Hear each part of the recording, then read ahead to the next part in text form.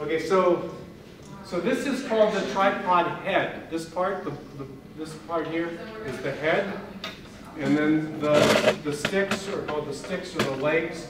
But this is the tripod head, and the tripod head has a leveler, right? You see a little leveler here that's going to say to you, am I level or not?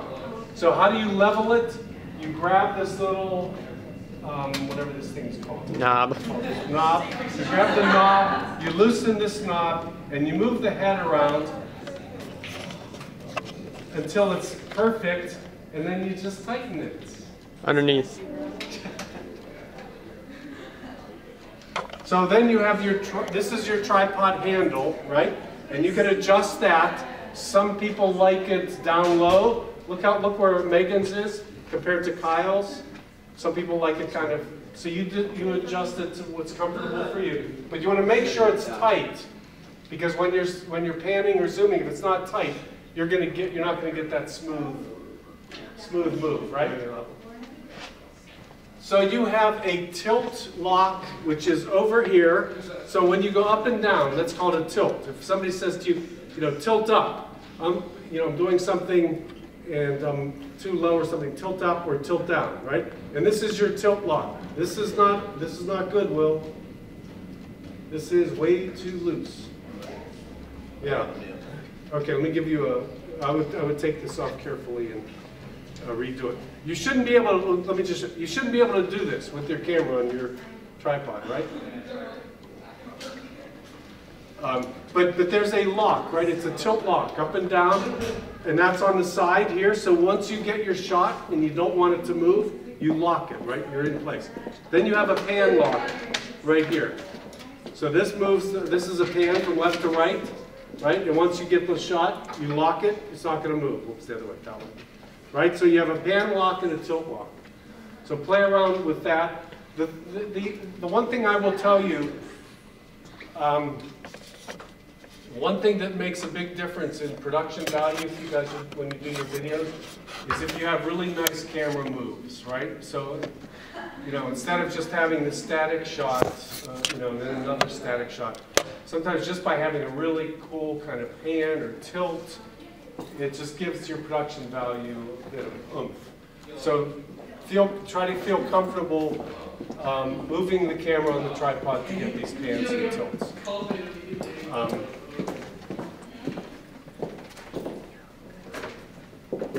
Okay, the last thing I want to show you guys, because I think I might have to get the other group in here.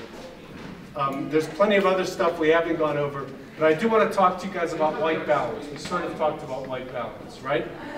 So is everybody cool with the camera on the tripod and moving it around and getting decent shots? Okay, it looks like yours is locked though, right? Try to do a tilt. You know it's locked? Okay, you just unlock it. And how to do a pan? Right up here. Right, you unlock the pan. Okay. Really, it makes a big difference if you can use this tripod in a good way. And once again, right, you can be kind of low, you can be kind of high. Okay, so white balance, right?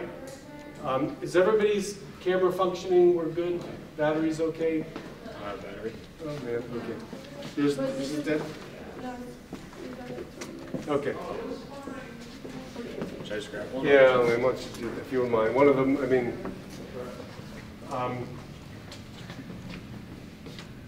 okay, so what I want to talk to you guys about is white balance. So when you press your white balance button, press that white balance button, you're going to see a number of different settings for your white balance. And one of them is going to be 3.2K and one is going to be 5.6K, right? If you go through, does everybody see that? So does anybody know what that means? 3.2K, 5.6K. Anybody, any guesses as to what that might be? So 3.2 is indoor lighting. If these guys over here are going to do a photo shoot and they turn all the lights off and they just use those photographic lights, that's 3.2. That's the color temperature of like photographic lights, right? 3.2. outside, the color temperature, the light is bluer, it's 5.6. So if you're shooting something and it's a normal indoor light, you could set your white balance where it says 3.2, and you'll have good color correction, and things will look good. If you're outside, you could set it to 5.6. There's also an automatic setting, which is, once again, like 90% of the time, it's going to do pretty good, you'll do pretty well.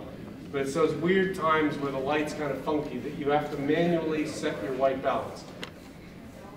But all I want you guys to take away today now is that you can ruin a shot if you have it set for indoors and you're shooting outdoors.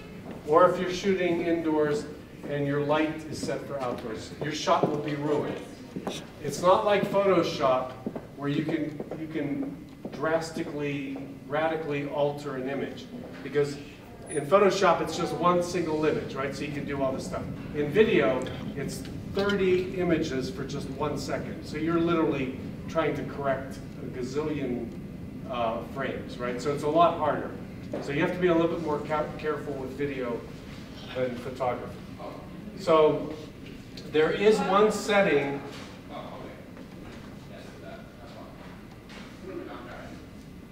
There is one setting, just turned it off. If you don't mind. You got a great shot of the okay, so if you hit that white balance button, everybody, you go through these things, right? ATW is automatic. Like I said, 90% of the time, if you have it in automatic, you're going to get good color reproduction, right? Where it's going to be a problem is if you don't know what your white balance is set at, you go outside, it's set for inside, and it's going to look bad. There is one called, because you're in automatic.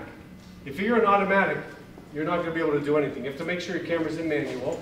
Then if you go through that white balance setting, you're going to go see this is the 3.2. So when you guys go through them, what does it look like when you're at 3.2 or 5.6? It's going to show. It's going to look differently for some of these, right? Look how blue that looks, right? Okay, so there's one that says one of these settings that says AWB and then it says ACH or something. That's the manual setting. So I want you guys to find that setting. Then you have to zoom in on something white, and then you're going to manually white balance. Are you with me? I can pass out some white paper, I suppose. But I want you to manually white balance and just see. So those the 10% of the time when you're really going to need to white balance manually. Who else needs a white piece of paper? I should have worn a white shirt today. It could be the human white balance card.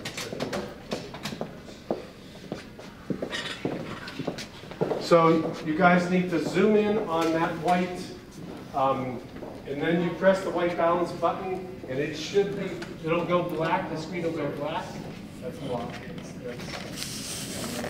That one up. Okay, go ahead and press it again. This is the one that we got. Yeah.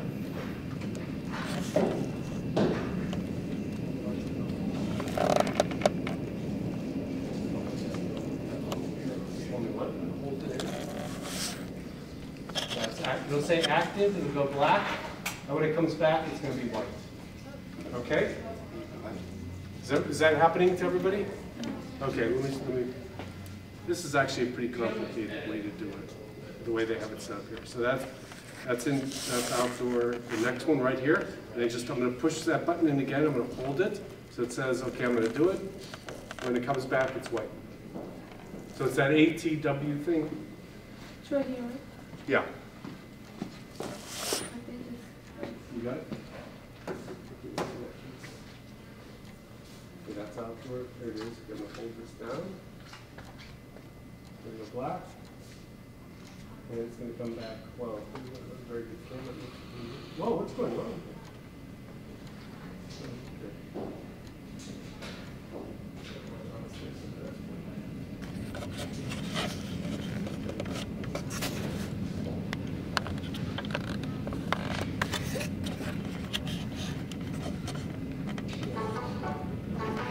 that looks better.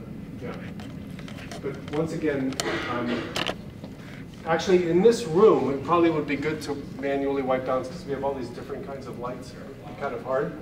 But everybody should just know, I just have seen so many bad student projects. They're really disappointed because they didn't realize they had the white balance for the different setting. They go out and choose something and it's a mess. So you guys have it?